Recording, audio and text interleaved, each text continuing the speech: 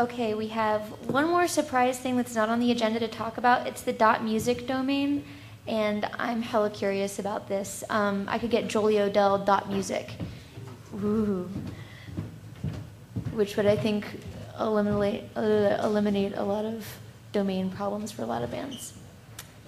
What's your name, sir? I'm sorry. Hi, I'm Constantine from dotMusic. It's up there. Take it away. As you can see, the camera is right on me and my logo is on top. That's freaking awesome. So for the last few years, I've been lobbying to introduce a top-level domain exclusively for the music community. There's bands, for example, Queen. They don't own Queen.com, or Prince. They don't own Prince.com. Eagles. They don't own Eagles.com. Van Halen as well, so many bands. And there's a lot of issues with band names, whether it's trademarks or not. There's a band called Rain. There's actually about 14 bands called Rain.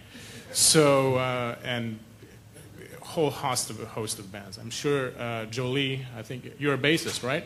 Yeah, I do bass and vocals. Okay, you're a bassist, and I'm sure there's many Jolie musicians, right? I don't know. I know there's a lot Only of Johns. one counts. We've had countless emails from Johns asking us, we want John.music. I'd be like, yeah, a lot of Johns want John.music. So we've been lobbying for the last few years to launch .music. The biggest problem has been the rights, trademarks, and all those things. So we're trying to put together a validation system, either through all the PROs like ASCAP, BMI, SESAC, perhaps Sound Exchange, Grammys, wherever there's a membership ID so you can verify yourself that you're part of the music community. That's one of the ways. So it's credible. So what we're trying to do is connect the music community with its own domain and identity. So if, let's say someone goes to Constantine.com, they'll be like, what's Constantine? What does it do? What's the .com? What is this guy about? But if they go to Constantine.music, they'll be like, okay, this guy is part of the music community. Isn't that awesome? We have our own address that means something. So they're like the challenge of rights and trademarks and putting everything together. I've been flying all over the world, lobbying at these ICANN meetings, talking to a lot of Fortune 500 companies that are against top-level domains because they want to protect their rights and their trademarks. They don't want a bunch of extensions launching on the internet. So that has been a big challenge. So the innovation that we wanted to put together is sorting out the music space on the URL level. So a lot of people traditionally go on, they search Google to find their stuff. Let's say I want to look for Queen. I go to Google, I put in Queen music, and you find it.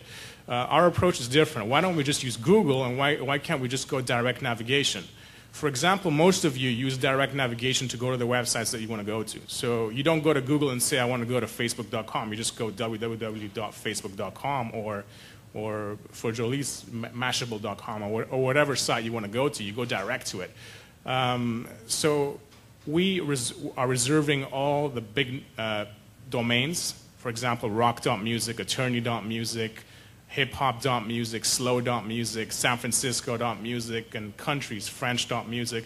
And when you register a .music address, you'll be placed in those portals.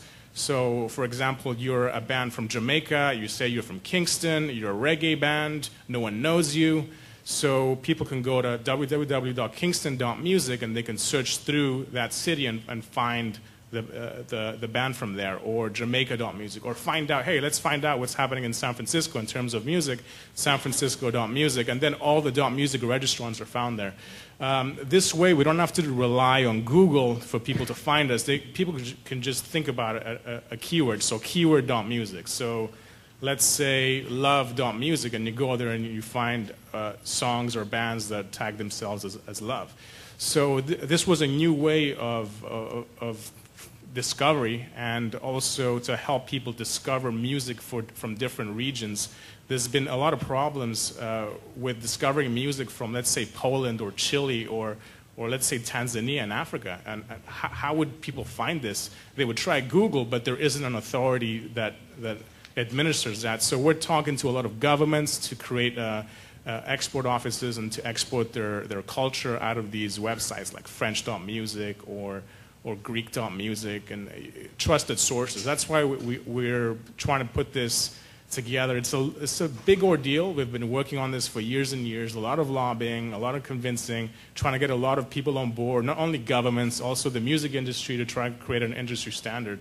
So we've got the biggest profile on MySpace, like 4.2 million friends, most of which are bands, and we've assembled over 1.3 million signatures from people that want a dotMusic or they want it to launch, and we're tweeting away, we're getting a lot of support, and yeah, I'd love to hear any questions that anyone might have, or Jolie might have a question, or that would be, I'd love to answer any question or concerns. I think it's a really fabulous idea. If you want to sign the petition, it's music.us, right? Music.us, yeah. Music.biz, music.fm, oh, okay. They all go to the same thing. Oh, okay. I just signed it myself. I'm totally stoked about it. Do we have any questions from the Peanut Gallery? And all right. Thank you very much, everyone. Okay, cool. Thank you, ma'am. And thank you all so much for joining us.